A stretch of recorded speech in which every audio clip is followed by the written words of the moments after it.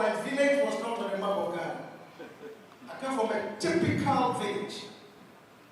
My mother never went to school before. My father died when I was 1 year 6 months. So I never saw my dad. I started life as a Shushan boy. I'm sharing these things just to let a young man or woman in this room to appreciate the fact that one of the things I've seen here is called entitlement mentality. It will not take you anywhere. I've seen people complain, the president, and I said to them, you better start thinking. Because the president's role is not to think about you.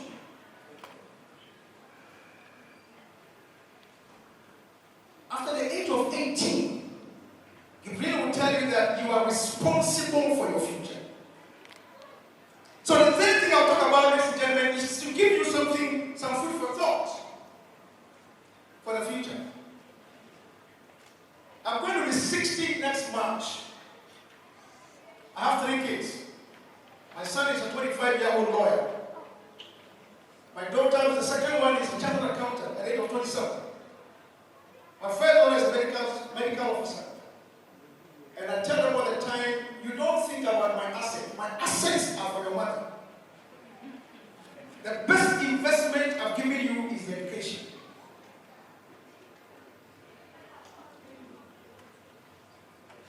When they were in secondary school, I gave them 2 envelopes. One has money, one is empty. If you come back from school on holidays and the empty envelope is still empty, you are disqualified from pocket money when you are going next time. So my first daughter left Ghana at the age of 18, a hairdresser, a dressmaker, a manicure and pedicure stylist. I only paid her school fees. My son, who is a lawyer, is a full mechanic.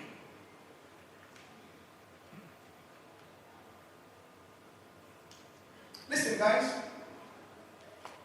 Africa needs you. Uganda needs you. And the best asset God has given you is not your hand, it's not your leg, it's your brain. And that's what I'm going to talk about. So, I want to start off by looking at the change drivers in today's economy. Okay? Now, in 2020, the managing director of IMF was asked a very interesting question. He said, if you were to give a theme for the next decade, 2020 to 2030, what would be your theme? And he said, a decade of increasing uncertainty. And every indication shows that we are indeed living in a time of uncertainty, ladies and gentlemen. There was a video I want to show, but I think I'll skip it. I shall let me skip that video. And then in 1996, about 16 or 17 years before, this man is called Thomas Friedman, 1976. He wrote a very interesting piece. I see some in academia, please look for this piece and read it. The title is Tyranny for Freedom, How Open Markets Till the Soil of Democracy. On a superficial value, you think it's a democratic book, but it's not. It's an economic book.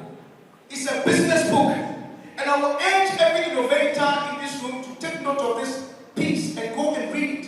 Now, in that piece, he categorized 4 key things that are going to drive change in the current global economy that we talk about. We talk about the dominance of free enterprise system. Today, you can live in Uganda and operate a business anywhere in the world using technology. Then he talked about globalization and then knowledge customers with options. Knowledgeable customers with options. The final thing which he talked about, which is of interest to all of us today, is what he called the rapid advancement in technology. This is what has brought us here today. So what is happening is not an option, it's the only choice. And I was going to show a video, but like I said, I will skip it, but maybe another time when we get the privilege, we shall look at it. This guy in 1999 predicted everything that is happening to us on the social media. 1999. So, today, ladies and gentlemen, we are in the VUCA world. Volatility, uncertainty, complexity, and ambiguity. And Wagner said, we are living in a time that if we must move forward, we are going to require a new way of thinking and leadership, what we call digital leadership, which will start with yourself. You cannot be a good entrepreneur, ladies and gentlemen, when you lack self-leadership. When you cannot think creatively.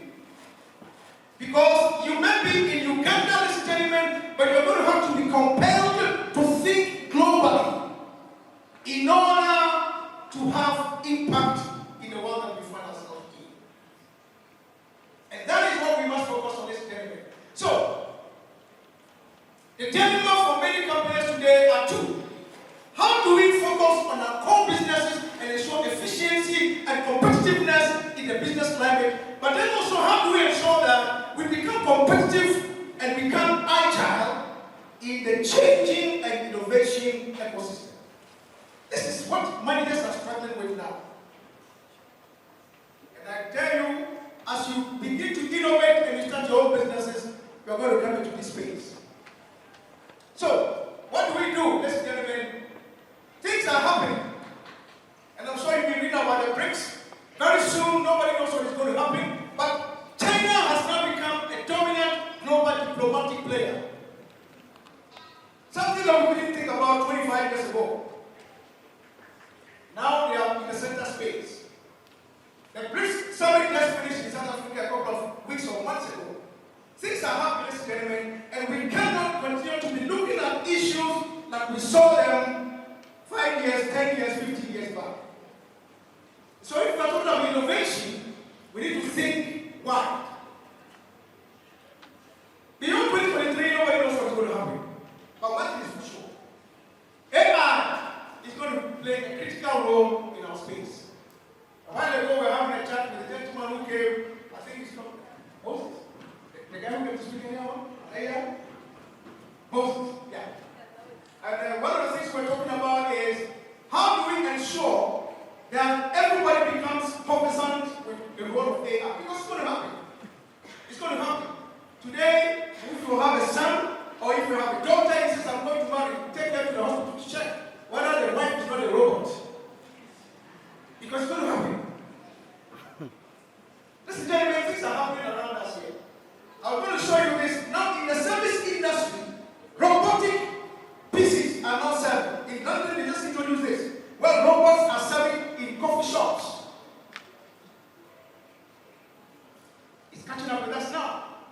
Then, I want to take you to Ghana. This is how we used to pound our fufu. Anyone who has traveled to Ghana will know that we love our fufu. Just like we love posho and matoke here. Now, this is how we used to pound our fufu. And so if we want to pound fufu, we want to spend about maximum or minimum 2 hours before we eat fufu. And so the innovators started thinking. And they said, how can we position ourselves in a manner that will ensure that we can add value to the way we pound our fufu? So today, ladies and gentlemen, they come up with a piece like this. It's like a blender. So the cassava and the plantain is put in the blender and you have your fufu just like how this one is. This one is pounded here. Now, how did they start? This is my interest. That's how they started doing the blender. Initially, that's how it started. And can you imagine, you take your fufu that you're going to eat and go to a miller, like a cornmeal section, and then mill the cassava, mill the plantain. By the time you bring it home, you have lost the appetite.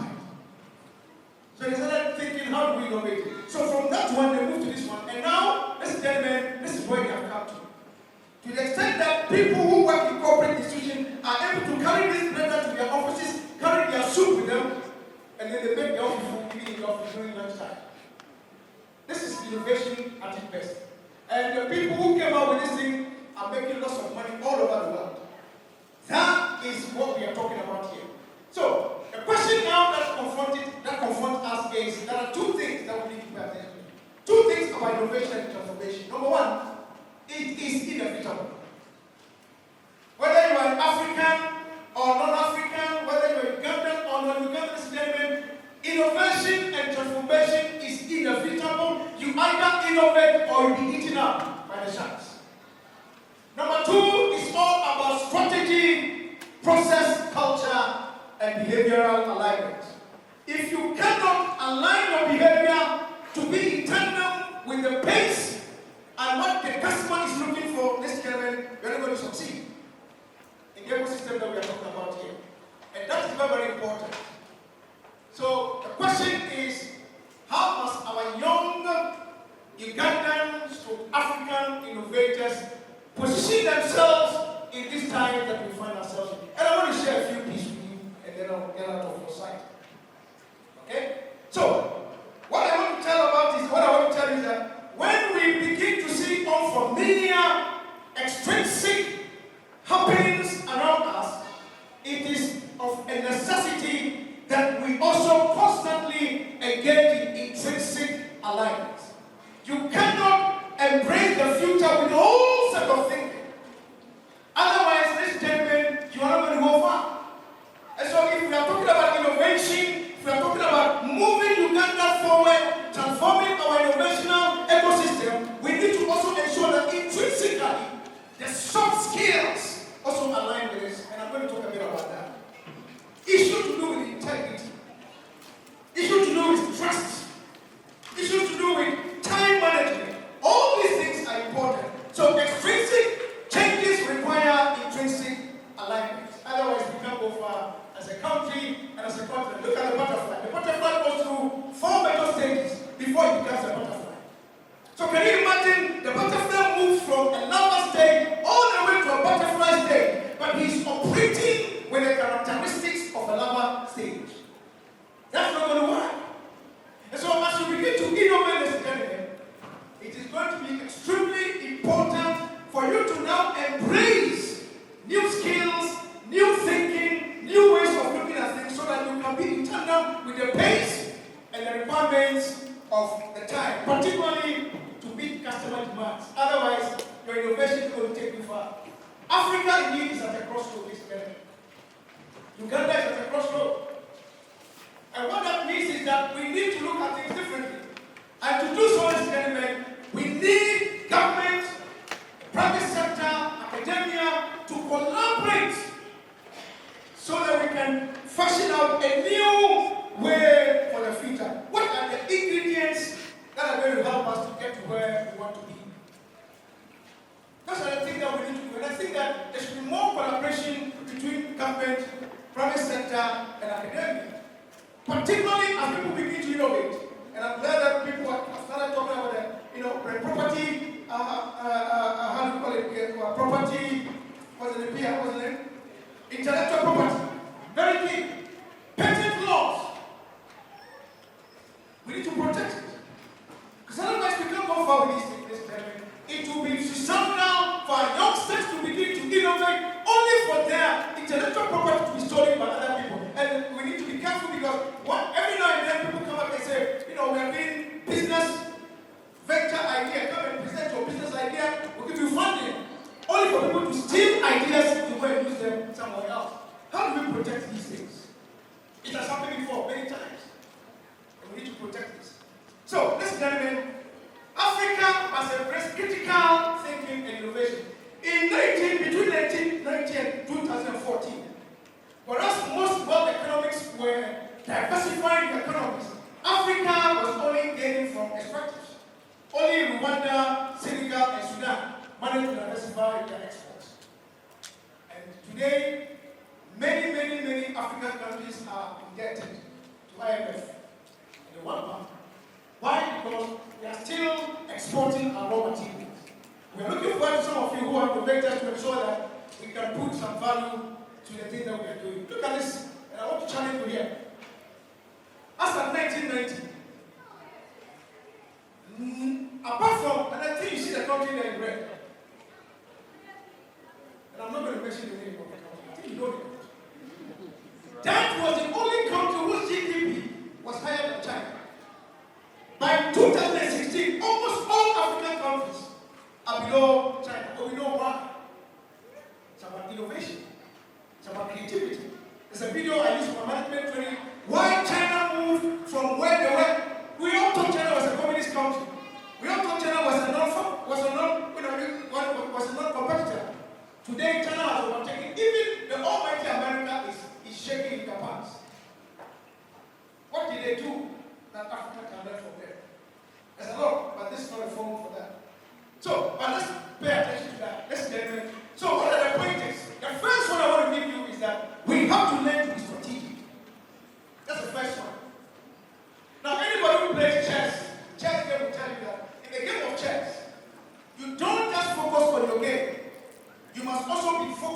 on the strategies of your business. So rather than just focusing only on the things that you are doing, open your eyes. Have an open-mindedness and look at what is happening around you. You've got to be strategic, ladies and gentlemen. You've taken me off. You've got to be strategic. Otherwise, ladies and gentlemen, you will be operating in a silo that will not amplify your potential. So be strategic. And what do I mean by this, ladies and gentlemen? We've got to develop the capacity to see what is and what could be. Don't just sit down and be focusing on what you are doing. Look at what is happening around you. It means that, ladies and gentlemen, we are going to develop what I call core competencies and applied competencies. You need to learn how to think systemically, and you need to sharpen your decision-making skills, and also learn how to manage your risks. If you are going to become an entrepreneur, you need these core competencies.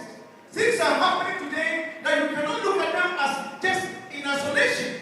Everything happening, ladies and gentlemen, are interconnected with many, many things. They happened in China, and the whole world was affected. That is how the world has become now. So as you plan for innovation, as you plan for entrepreneurship, as you plan to start your own new venture, please think strategically. That's the first thing you must look at. The second one, ladies and gentlemen, is to observe global patterns and use your CAT skills, your critical, analytical thinking skills. Very, very important. How critical are you? There are many African entrepreneurs who are very emotional. Emotionalism does not help in the business sense. So you've got to learn how to use your CAT skill, your critical thinking abilities. And you must learn how to analyze issues from a very strategic standpoint without bringing in emotions. Many Africans cannot do business together because in our sense of business doing, we become emotional. We bring emotions into it. And therefore we can't go far with it. So we need to move away from that. And then the point I'm making here is that if you are going to be a business guy or entrepreneur as an innovator, start looking at how the world is interconnected. That's why your systemic thinking skills is critical. Otherwise, you can't go far. You may be in a particular sector of the economy, be interested in what is happening in the other sector. And that's how you can improve your innovation to make it more agile. The next one is to become focused. Focus and visionary.